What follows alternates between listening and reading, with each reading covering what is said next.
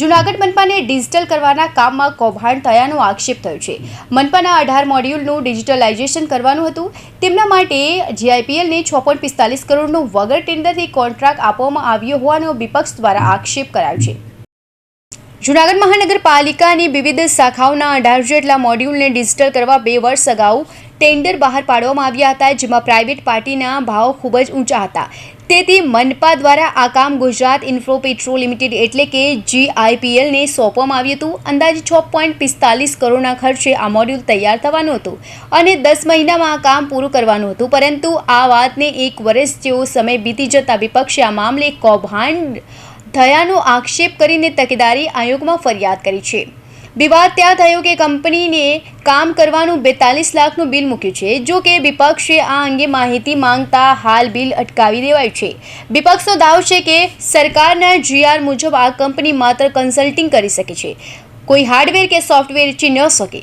આ ઉપરાંત કંપનીએ અત્યાર સુધીમાં એક પણ મોડ્યુલ તૈયાર કરીને આપ્યું નથી। કંપનીએ ખોટું જીઆરપી બતાવીને મનપા પાસે કામ મેળવી લીધું છે, ત્યારે આ કંપનીને બ્લેકલિસ્ટ કરીને તેની સામે કાયદેસરની કાર્યવાહી કરવા તકેદારી આયોગમાં વિપક્ષના નેતા લલિત પણસાણાએ માંગ કરી છે।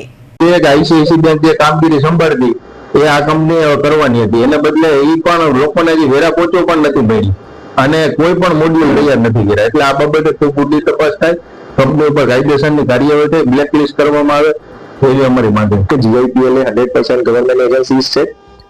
અગાઉ ટેન્ડર કર્યું હતું, પ્રાઇવેટ પાર્ટીના બહુ વધારે ભાવ હતા, એટલા માટે આપણે આગળ નહોતું વધ્યા અને આનાથી ઉલટાનો આપણને મહાનગરપાલિકાને રકમમાં ખૂબ બચાવ થયો છે અને આપણે 100% ગવર્મેન્ટ એજન્સીને જ આ કામ આપ્યું છે। જીઆઈપીએલ દ્વારા બિલ સબમિટ કરવામાં આવ્યું છે, પરંતુ કોર્પોરેશન દ્વારા તે મંજૂર કરવામાં આવ્યું છે। આ સમગ્ર મામલા બાબત તપાસ કરવામાં આવશે અને કયા પ્રકારની કામગીરી જીઆઈપીએલ અને કેટલી વસ્તુઓ તેમને સબમિટ કરાવેલી છે એ તમામ ઉપર કોર્પોરેશન દ્વારા તપાસ કરવામાં આવશે। આ કામ 10 મહિનામાં પૂરું કરવાનું હતું, પરંતુ 1 વર્ષ જેવો સમય વીતી ગયા હોવા છતાં કામ થયું નથી। તેથી વિપક્ષે તકેદારી આયોગમાં આ અંગે રજૂઆત પણ કરી છે। બીજી તરફ કમિશનરે વિપક્ષના તમામ આક્ષેપોને ફગાવ્યા છે। ટેન્ડરમાં વધુ ભાવ આવ્યા હતા એટલે જીઆઈપીએલને કામ અપાયું છે। જીઆઈપીએલ સરકારી એજન્સી છે અને પ્રાઇવેટ પાર્ટી કરતાં અડધા ભાવમાં કામ કરવાની છે। આ અંગે મનપા કમિશનર તેજસ પરમારે વિપક્ષના તમામ આક્ષેપો ફગાવ્યા હતા અને જણાવ્યું હતું કે જે તે સમયે ટેન્ડર થયા ત્યારે બમણા ભાવ આવ્યા હતા અને તેથી સંપૂર્ણ સરકારી એજન્સી જીઆઈપીએલને કામ આપવામાં આવ્યું છે। કંપની દ્વારા કામગીરી ચાલી રહી છે અને કંપનીને કોઈ પણ જાતનું પેમેન્ટ કરવામાં આવ્યું નથી। મનપાને આર્થિક ફાયદો થશે અને આમાં કોઈ કૌભાંડ થયું નથી। કૌશિક પટેલનો report, Hind TV news, Surat.